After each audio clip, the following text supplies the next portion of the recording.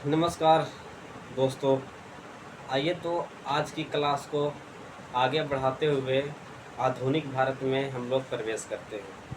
आधुनिक भारत में हमने ब्रिटिश कंपनी वर्सेस मराठाओं के बीच द्वंद्व देखा था। कुल मिलाकर उन दोनों के बीच 3 लड़ाइयाँ हुई, जिसे हम आंग्ल मराठा युद्ध के नाम से जानते हैं। उन युद्धों में अंग्रेज़ों ने किस प्रकार मराठाओं को साइड लाइन करते हुए भारत में अपनी जीत को सुनिश्चित किया और फिर अपने साम्राज्य की स्थापना का नींव डालने में, स्ट्रक्चर बनाने में काफ़ी हद तक वो सफल रहे। तो इन सभी संदर्भों को हमने अपने पिछले कक्षा में जान लिया था। हमने मैसूर पढ़ा, मराठा पढ़ा। अब हम लोग जो आज की कक्षा में पढ़ने वाले हैं वो पढ़ने वाले हैं बंगाल। बंगाल पर अंग्रेज़ों ने अपना जीत को सुनिश्चित कैसे किया, उसके सभी आयामों को और उसके सभी संदर्भों को जानने का प्रयास करेंगे। तो जब बंगाल का हम बात करते हैं तो उस समय का सिर्फ अकेला बंगाल नहीं है। उस समय का आज का जो बांग्लादेश जो एक कंट्री है, बांग्लादेश, उड़ीसा, बिहार और स्वयं बंगाल, ये 4 राज्य आपस में क्या थे, उस समय एक साथ थे। तो यानी बंगाल जीत लेने का मतलब है कि अंग्रेज़ों के पास पूरे साम्राज्य का एक हिस्सा आ गया है।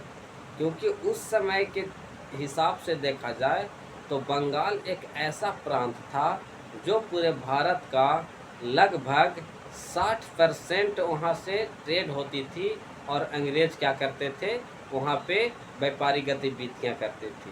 तो ये सारे आयाम है जो आपको क्या करना है, समझना है। तो उसी प्रकार देख लेते हैं कि जब बंगाल की हम बात करते हैं तो बंगाल आखिर क्यों अंग्रेज़ों को चाहिए था। तो सबसे पहले बात तो ये निकल के आती है कि जो बंगाल था वो राजस्व का एक बड़ा केंद्र था। अगर अंग्रेज़ों के हाथ में बंगाल आ जाता है तो वहाँ से जो रेवेन्यू प्राप्ति होगा, उस रेवेन्यू से अंग्रेज का एक बहुत बड़ा अपने भलीभूत होने का एक हिस्सा मिलेगा, जिससे कि वो अपने लॉ एंड ऑर्डर मेंटेन करना, एडमिनिस्ट्रेशन सिस्टम बनाना, मिलिट्री सिस्टम बनाना और अन्य राज्यों और क्षेत्रीय राज्यों को जीतने के क्रम में अगर उसे कोई फाइनेंशियल कंडीशन या आर्थिक की स्थिति गड़बड़ होती है तो वहाँ पे इसे आर्थिक स्थिति के तौर पर प्रयोग करना। इन सभी के संदर्भ के, इन सभी के दृष्टिकोण के हिसाब से ही जो बंगाल था अंग्रेज़ों के लिए लाभदायक था। तो मैंने क्या कहा कि अंग्रेज़ क्यों जीतना चाहते हैं बंगाल को, तो सबसे बड़ा बात तो यही निकल के आती है कि जो बंगाल था वो राजस्व मतलब क्या, टैक्स का एक बहुत बड़ा केंद्र था। तो ये पहली पॉइंट। दूसरा पॉइंट क्या है, बंगाल उद्योग व्यापार का भी एक बहुत बड़ा केंद्र था। चूँकि उस समय बंगाल जो था व्यापारिक गतिविधियाँ में, कृषि गतिविधियाँ में वो बहुत ही उन्नत स्थिति में था। तो ऐसे में यदि वहाँ पे कृषि उन्नत है, रॉ मटेरियल अच्छा मिल रही है, तो वहाँ का जो इंडस्ट्री है और वहाँ का जो ट्रेड है डेवलप तो होगा ही। और इन दो स्थितियों को केंद्र में रखकर अंग्रेज चाह रही थी कि यदि हमारा बंगाल पर प्रत्यक्ष नियंत्रण हो जाता है तो हमारा ट्रेड, हमारा इंडस्ट्री, ये दोनों के दृष्टिकोण से हमारा आर्थिक अवस्था बहुत बेहतर हो जाएगी, जिससे हम मिलिट्री सिस्टम बेहतर बना लेंगे, एडमिनिस्ट्रेशन सिस्टम बना लेंगे। और जब एडमिनिस्ट्रेशन सिस्टम अच्छा बना लेंगे, कुशल सेना नायक पाल लेंगे, तो भारत के अन्य क्षेत्रीय राजाओं से जीतने में और विजय करने में एक सहूलियत प्रदान होगी। तो ये चीज़ें थी जो आपको समझ में आ गया होगा। दूसरा वाला बात कि 18वीं सदी के मध्य में अपना केंद्र बना लिया। अंग्रेज़ों को यह बात पूर्ण तौर पर साबित हो गई कि जब तक बंगाल में हम अपना अस्थाई केंद्र नहीं स्थापित करते हैं, जब तक कि बंगाल को हासिल करना मेरी बस की बात नहीं है। तो उन्होंने धीरे धीरे क्या किया कि 18वीं सदी के मध्य तक अपना केंद्र बंगाल में स्थापित करना शुरू कर दिया। तो ये चीज़ है। चौथी बात, बंगाल का क्षेत्रीय विस्तार भी बहुत अत्यधिक था। जैसे में बिहार, पश्चिम बंगाल, बांग्लादेश उड़ीसा, ये सभी प्रांतों को मिला दिया जाए तो एक उस समय का सिर्फ और सिर्फ क्या था, बंगाल था।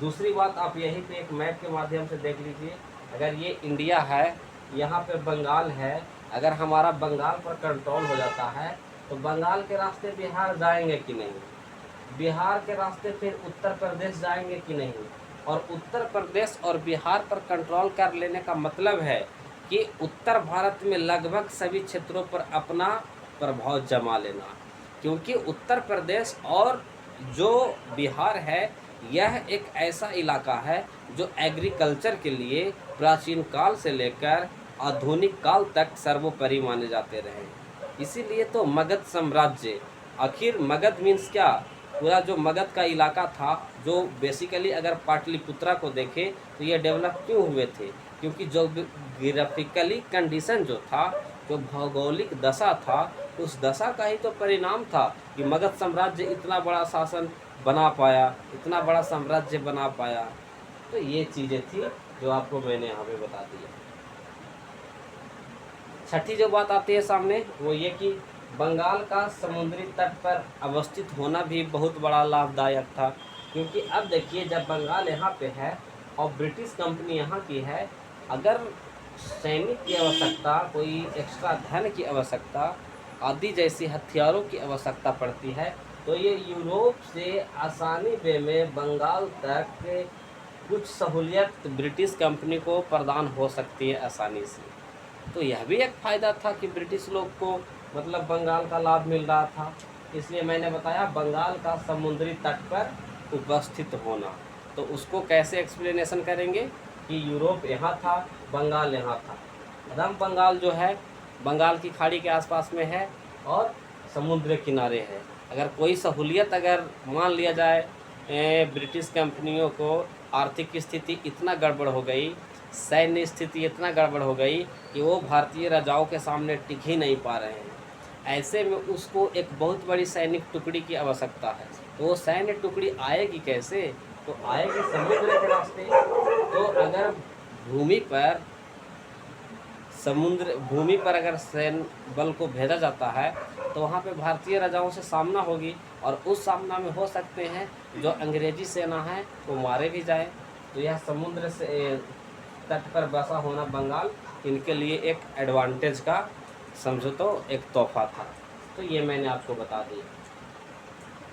लेकिन आगे चल के मध्यकाल के अंत तक आप क्या देखते हैं कि जो बंगाल था पहले क्या था, बंगाल का जो संस्थापक थे वो मुर्शिद कुली खां थे। मुर्शिद कुली खां के बाद उसका बेटा अलीवर्दी खां बना।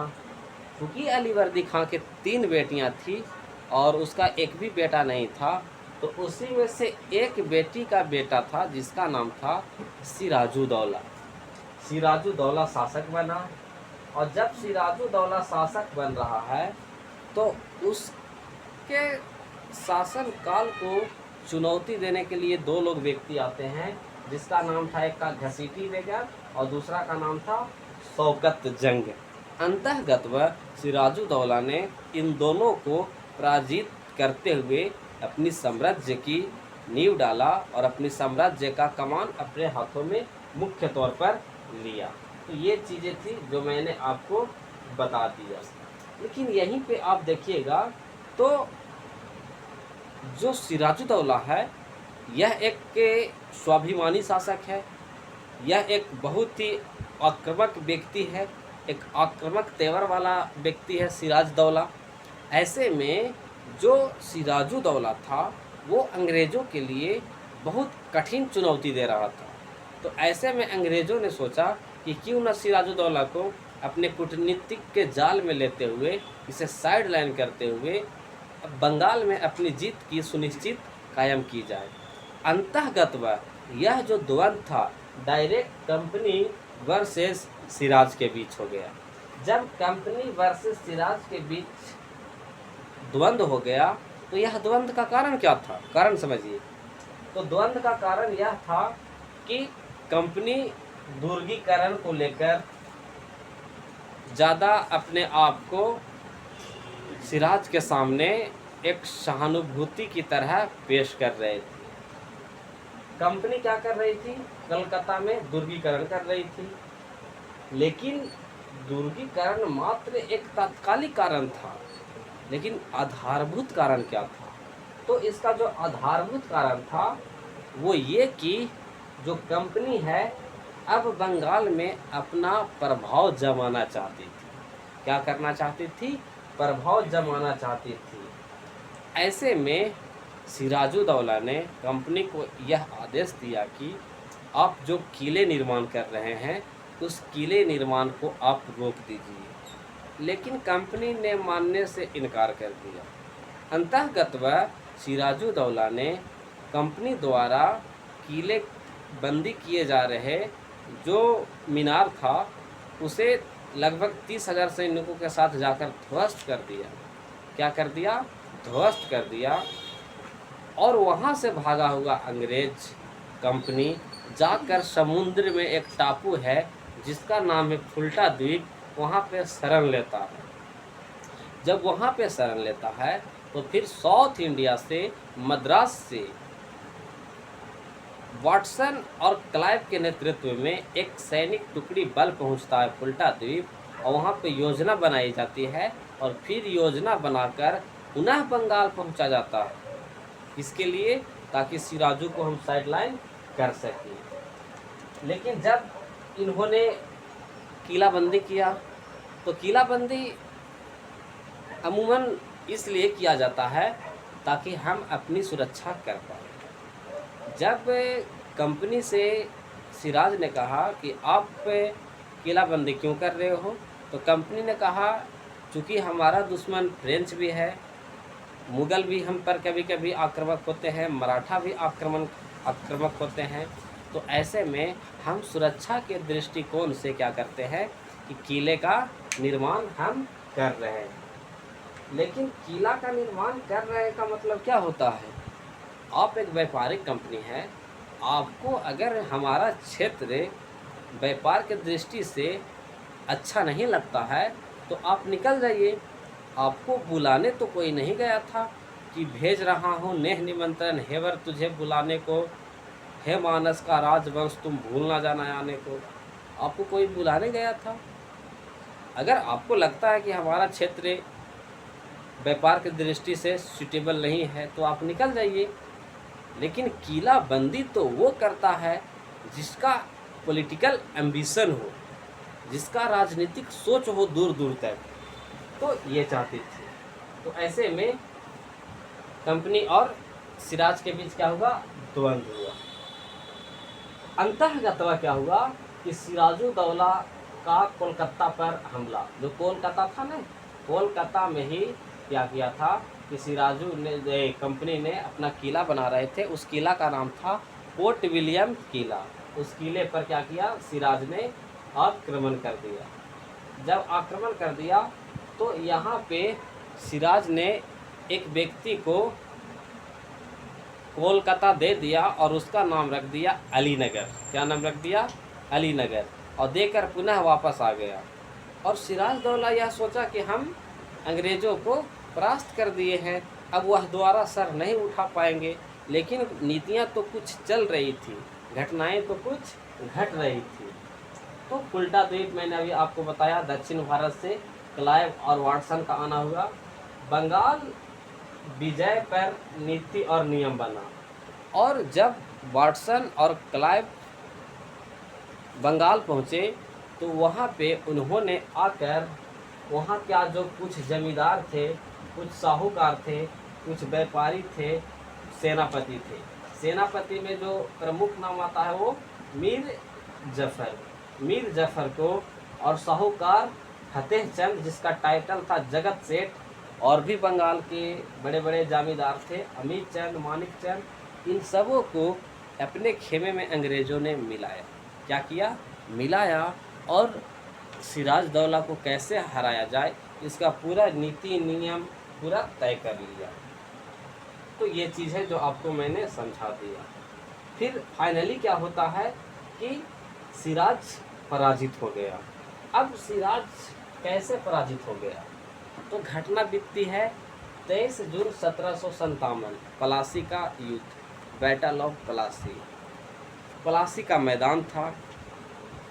एक तरफ British East India company Clive और वॉटसन के नेतृत्व में, और एक तरफ सिराजुद्दौला के सैनिक मीर जफ़र के नेतृत्व में। लड़ाई लगभग 1 घंटे चली और 1 घंटे के दौरान मीर जफ़र ने सिराजुद्दौला से यह कहा कि सरकार, नवाब, मैं चूँकि आपका सेनापति हूँ तो हम खुफिया जानकारी से यह पता लगाए हैं कि हम युद्ध हारने वाले हैं। अंततः ऐसे में नवाब को जिंदा रहना बहुत ज़रूरी है, अतः आप मैदान छोड़कर चले जाएं। तो फिर भी नवाब ने अपने 2 सैनिकों से, जिसका नाम था मोहनलाल और एक के नाम था मीर मदान, दोनों को बुलाकर पूछा। तो उन लोगों ने कहा कि सर, हम अपने अपने मोर्चे पर टिके हुए हैं, अंग्रेज़ों को दांत खट्टे कर देंगे। लेकिन फिर भी चूँकि नवाब का पर्सनल सेनापति कौन था? मीर जफ़र, तो उसका बात मानना भी नवाब के लिए एक तरह से बाध्यकारी हो गया।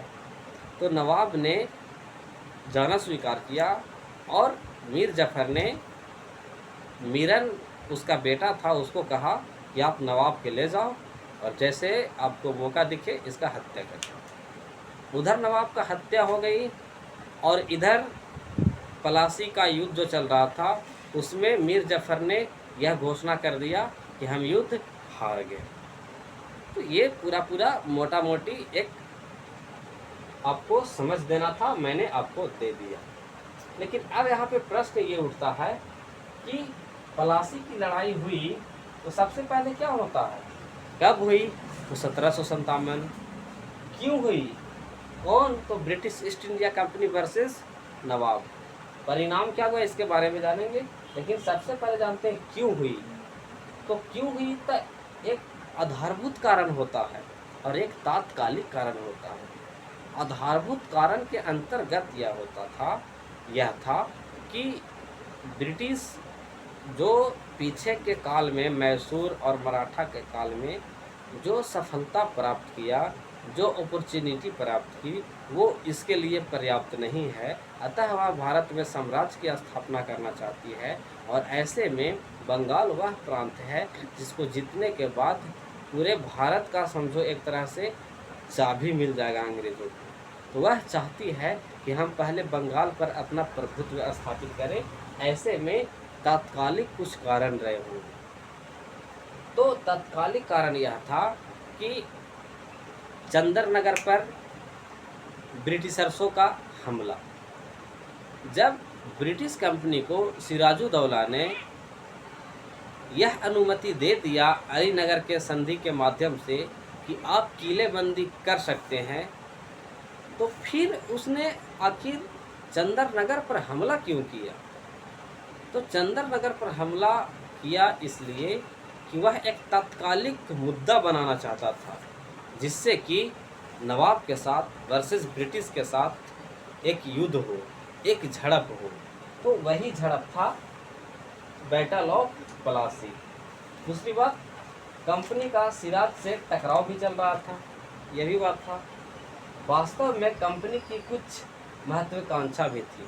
जब महत्वाकांक्षा है तो उसका दावा करते हैं तो उसका प्रमाण भी तो देना होगा। तो महत्वाकांक्षा क्या थी? तो महत्वाकांक्षा यह थी कि महज एक व्यापारिक कंपनी को आखिर दुर्गीकरण की आवश्यकता क्यों पड़ती है? इस बात को आपको क्या करना है, समझना है। जब ब्रिटिश कंपनी एक व्यापारिक कंपनी है तो एक व्यापारिक कंपनी को आखिर दुर्गीकरण की आवश्यकता क्यों है? दुर्गीकरण मीन्स फोर्टिफिकेशन। वहाँ पे उसका गोडाउन होगा और उसके दफ्तर होंगे जहाँ से वह कई दिनों तक युद्ध आदि कर सकते हैं। तो ऐसे में नवाब कहा, बहुत सारे हिस्टोरियन के बीच जब यह मत गया कि आखिर इस युद्ध का प्रमाण हम कैसे देंगे कि इसकी कुछ महत्वाकांक्षा थी, यह महत्वाकांक्षा को पूर्ति करना चाहती थी। तो ब्रिटिश कंपनी महज एक क्या है, व्यापारिक कंपनी है। तो क्या एक व्यापारिक कंपनी को दुर्गीकरण की आवश्यकता पड़ती है? बिल्कुल नहीं। और ठीक है, दुर्गीकरण की आवश्यकता पड़ती भी है तो अली नगर के संधि के माध्यम से सिराजुद्दौला ने यह अधिकार दे दिया था कि ठीक है, आप दुर्गीकरण कर सकते। लेकिन फिर भी उन्होंने बंगाल में स्थित चंदर नगर, जो कि फ्रेंचों का व्यापारिक केंद्र था, उस पर हमला क्यों किया? तो हमला करके वह एक प्लासी युद्ध का तात्कालिक कारण चुनना चाहता है, ताकि नवाब के साथ झड़प हो। और ब्रिटिश कंपनी के साथ कौन है? मीर जफर जैसे, जगत सेठ जैसे, मानिक चंद, अमीर चंद जैसे लोग मिले हुए हैं। मात्र यह एक नवाब से भिड़ने के लिए झड़प खोज रहा है, ताकि यह युद्ध हो। और यह युद्ध हो तो इसमें हमारी जीत तो सुनिश्चित है, क्योंकि वह पूरा कूटनीति का जाल बुन चुका था। तो ये चीज़ है जो आपको समझना है। तो ये मैंने आपको बता दिया। आगे चंद्रनगर पर हमला क्यों? आगे देखते हैं कि आपको पता चलना चाहिए कि जो प्लासी का युद्ध था, ब्रिटिशर्सों के लिए ना ही पहला था और ना ही अंत था। ऐसे कई तरह के युद्ध वो पीछे कर चुके थे, और आने वाले प्लासी के युद्ध के बाद भी देखिएगा वो बक्सर के युद्ध करेंगे। वो बंगाल पर्याप्त नहीं है। ठीक है, बंगाल जिस समय जीता है उस समय उसका प्राप्ति क्या होगा बंगाल से? आने वाले समय में बंगाल तो एक अन्य राजाओं का जैसे चाबी मिल गया हो ऐसा साबित होगा, लेकिन वर्तमान तो बहुत ज़्यादा खर्च है। तो ये चीज़ है। तो ये सभी आयाम थे, जो छोटे छोटे बिंदु थे, जिसको मैंने समझाने का प्रयास किया। मुलाकात होगी अगले क्लास में। Thank you all of you. जय हिंद, जय भारत।